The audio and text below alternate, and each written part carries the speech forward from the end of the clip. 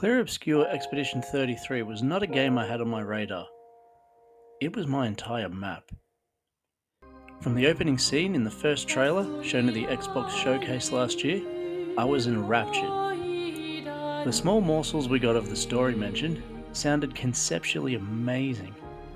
The art style was very captivating, invoking a high fantasy shattered world look, steeped in traditional French imagery. Not to mention the incredibly haunting and melancholy song that played.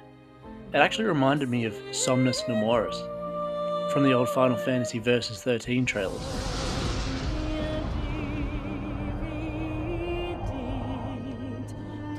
Speaking of, that was probably the last time I became absolutely obsessed with a game purely from its trailer alone. Until now. Of course, the most surprising factor for everyone who saw it was the combat. Expedition 33 uses a turn-based system with interactive segments such as parries, dodges, jumps, and more. A high-fidelity turn-based RPG is a very rare occurrence in this day and age. In fact, my favourite game series, Final Fantasy, left it behind years ago in favour of an action style, which I also love. It would be a couple more months until we got more info on this mysterious game in the form of trailers, behind the scenes videos, and even some OST drops. I started to become more and more cautious about watching these as we drew closer to a release date.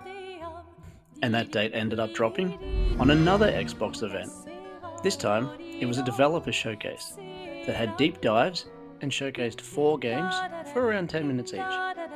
They all looked quite interesting, but my complete and utter attention was on Clair Obscur, and I even filmed a reaction video to it on this channel.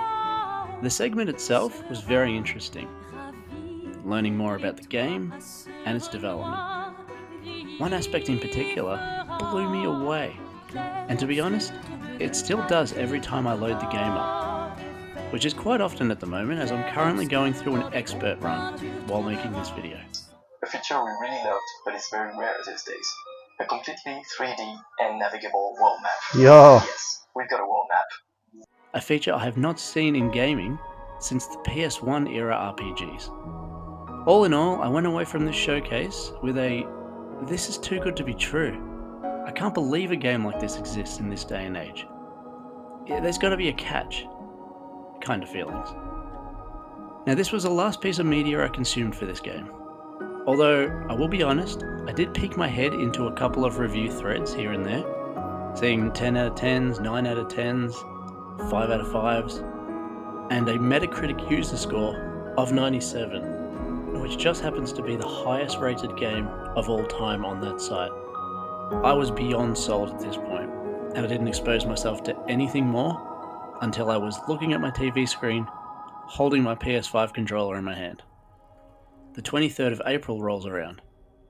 Tomorrow comes.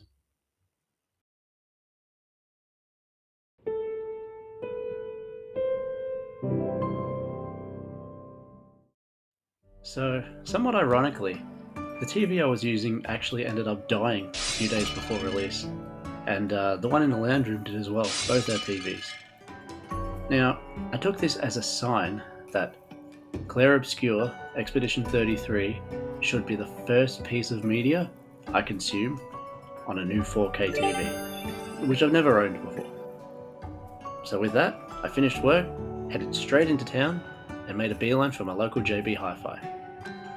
Now unfortunately, when I got there, I found out that the TV I had my eye on was actually sold out. They could get it delivered, and obviously it would take a few days, and I was fine with that.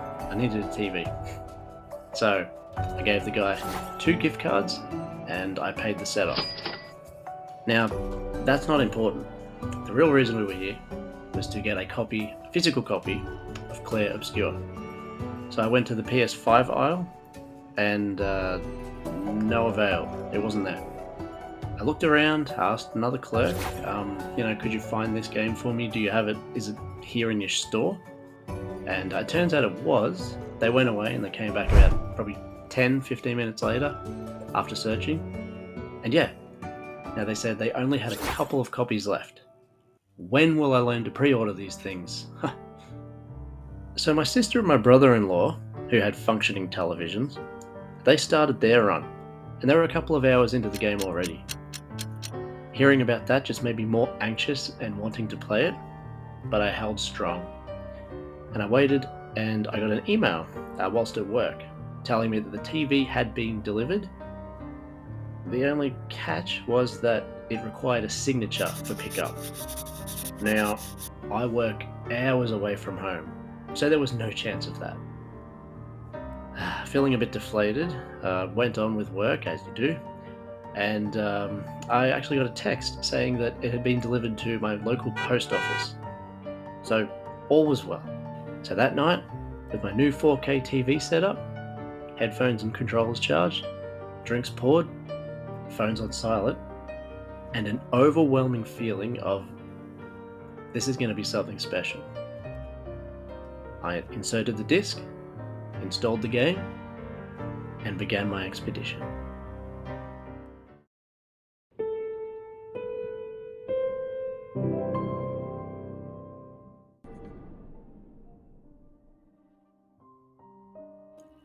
I was taken back immediately by the title menu, which features the arresting melody from the very first trailer. And I did something I rarely do these days with games. I stayed on the title, just for a while, to take it all in.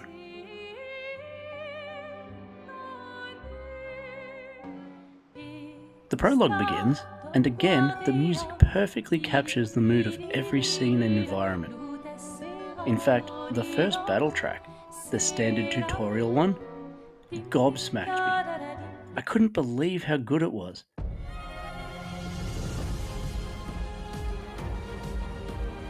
Takes me back to the old Final Fantasy days, where there would only be one main battle theme throughout the entire game, so it had to be good.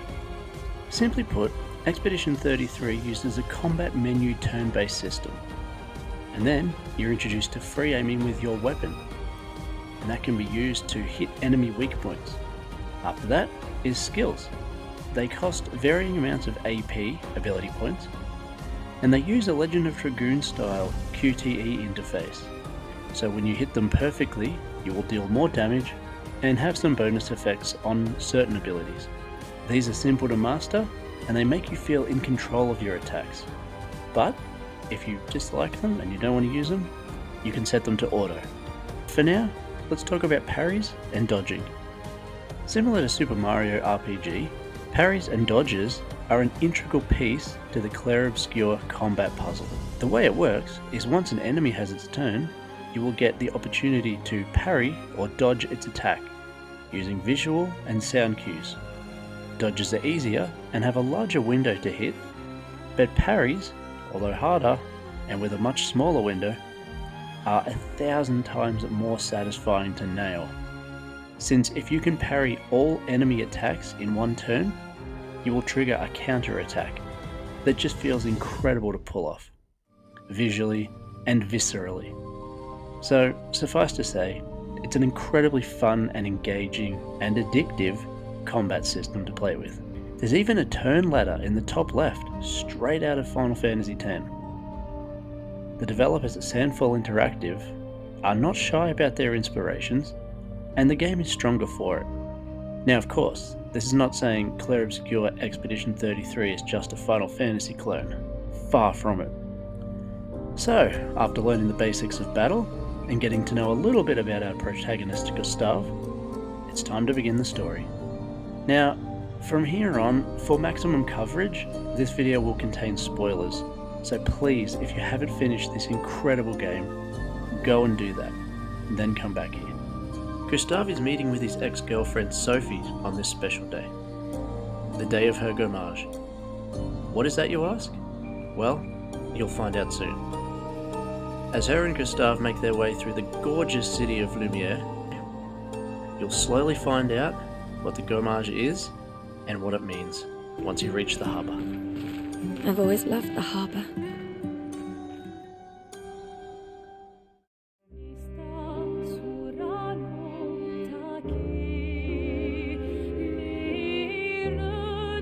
This game opens with what I would consider the most emotionally impactful prologue I've ever played. I've seen it about 6 times now, and every single time I well up with tears. The cinematics are masterfully realised, along with the incredible voice acting and motion capture on the face, mouth, and eyes of every character. It just makes them so real, and it makes the scenes hit so much harder because of that. I'm here.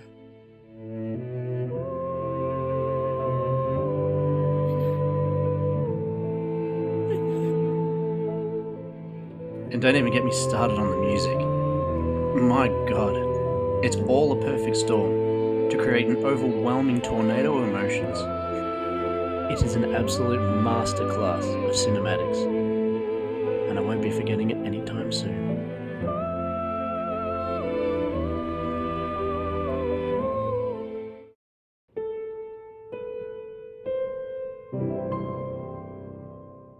One of the biggest reasons Final Fantasy IX is my favourite game of all time is the characters and their interactions with each other.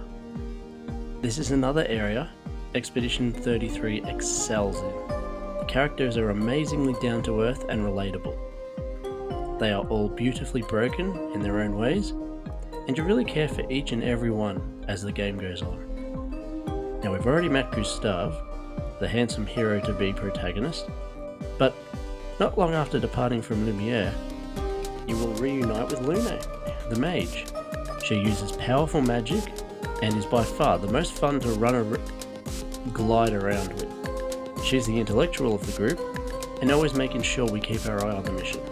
The next member you will encounter is a familiar face, Mael. There is much more to her than meets the eye, but battle-wise, she is your strongest hitter with her powerful sword skills and stances. Thirdly, the effervescent Ciel will join you. Her combat style is complicated, but if you put enough effort into her, she can be built to do incredibly stacked damage using her Fortel abilities.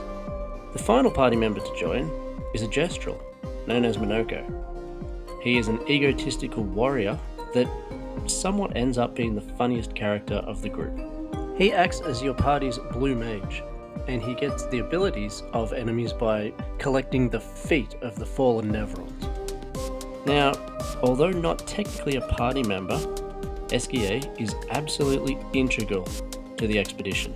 The massive, majestic being of incredible power is not only everyone's best friend, but the friend everyone wishes they were.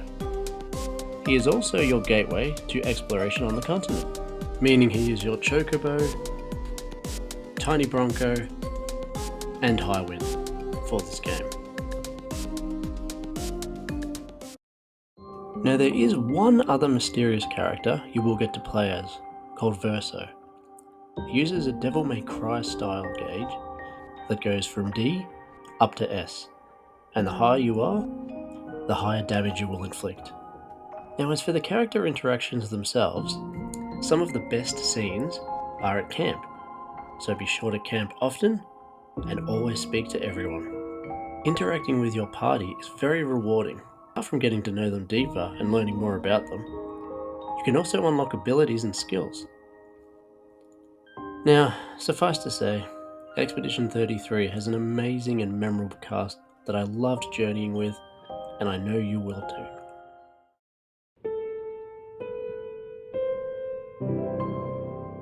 Expedition 33's story is one of the most captivating and well thought out that I've seen in gaming in a long time, perhaps ever. Now, it's very hard to talk about the story here without spoiling some of the incredible twists and turns, so I'll keep it vague and brief. After the somber prologue concludes, we set off across the continent with the goal of every expedition in mind, and that is to take down the malevolent entity known as the Paintress, who paints a new number every year on a giant monolith, and those who are of that age or older will die. Along the way, you will meet many new faces, some friends, some foes. Nothing is as it seems, or is it? The way this story interweaves its themes so masterfully into every aspect of the game, from its environment, music, and even its UI. It's an incredibly holistic experience that every RPG fan owes themselves to play. Now again, I'm not here to spoil this incredible game for you, so please just understand, this is one of those stories you'll be thinking about long after the credits roll.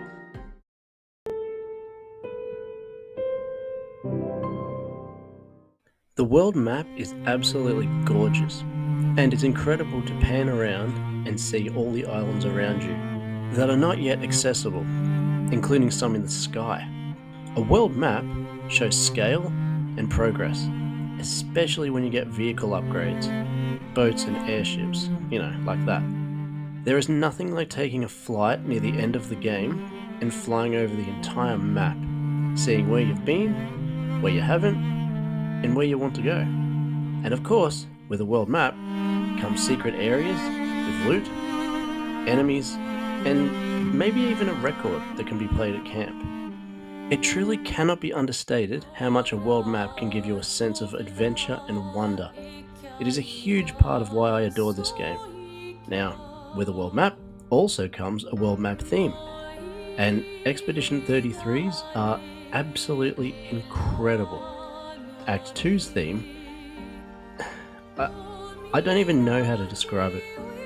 Swimming around in the open sea with SKA, seeing new areas opening up, and that track is just something that completely floored me.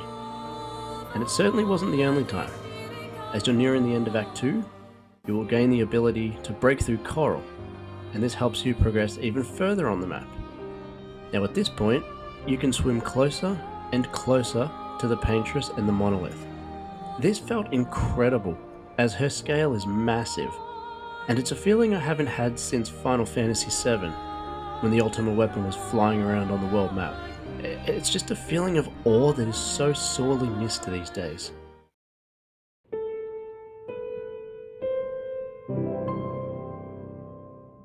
What is the measure of a masterpiece? Is it a timeless classic? Is it something that is so groundbreaking it has the potential to change an entire industry? Or is it lightning in a bottle? Right time, right place? Perhaps it's simply a labour of love from a passionate group of people who followed their dreams, listened to their hearts, and created the product that they wanted to.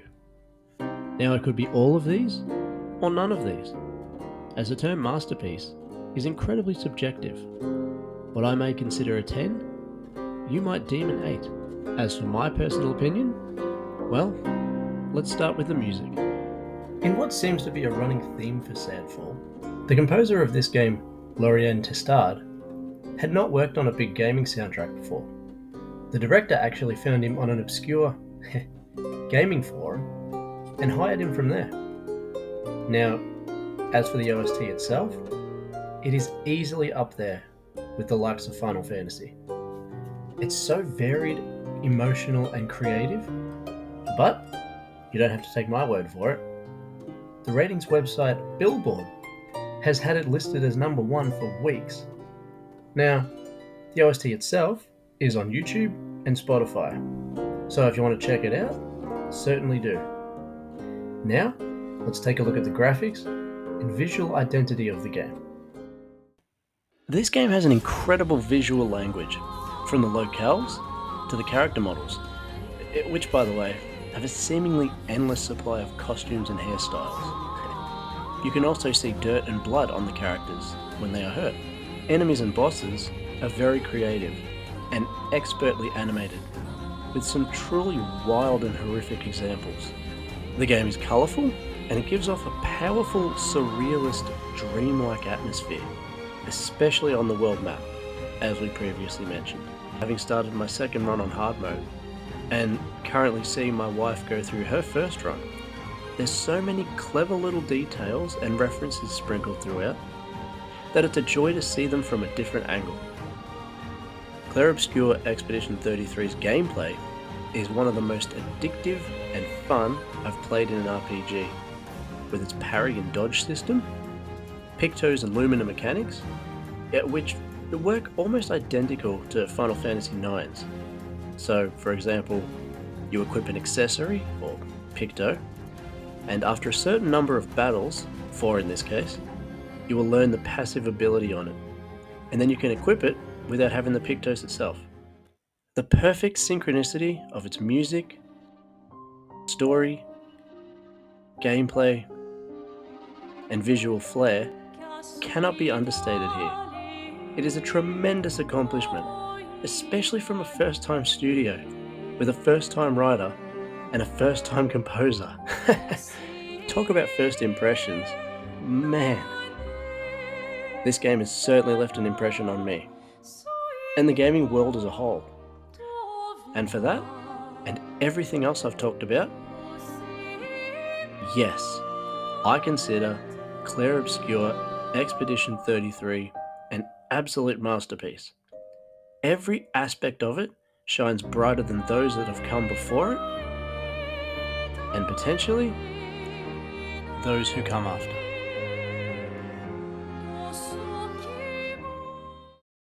Thank you so much for watching. This one was a real labour of love for me, as I love the game, and I wanted to make something reflecting that.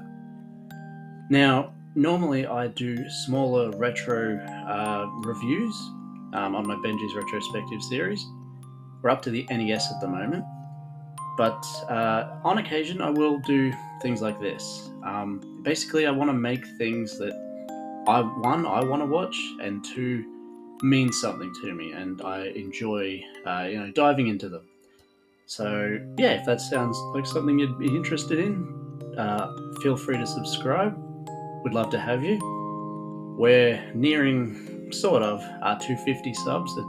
That's the next milestone, so appreciate that.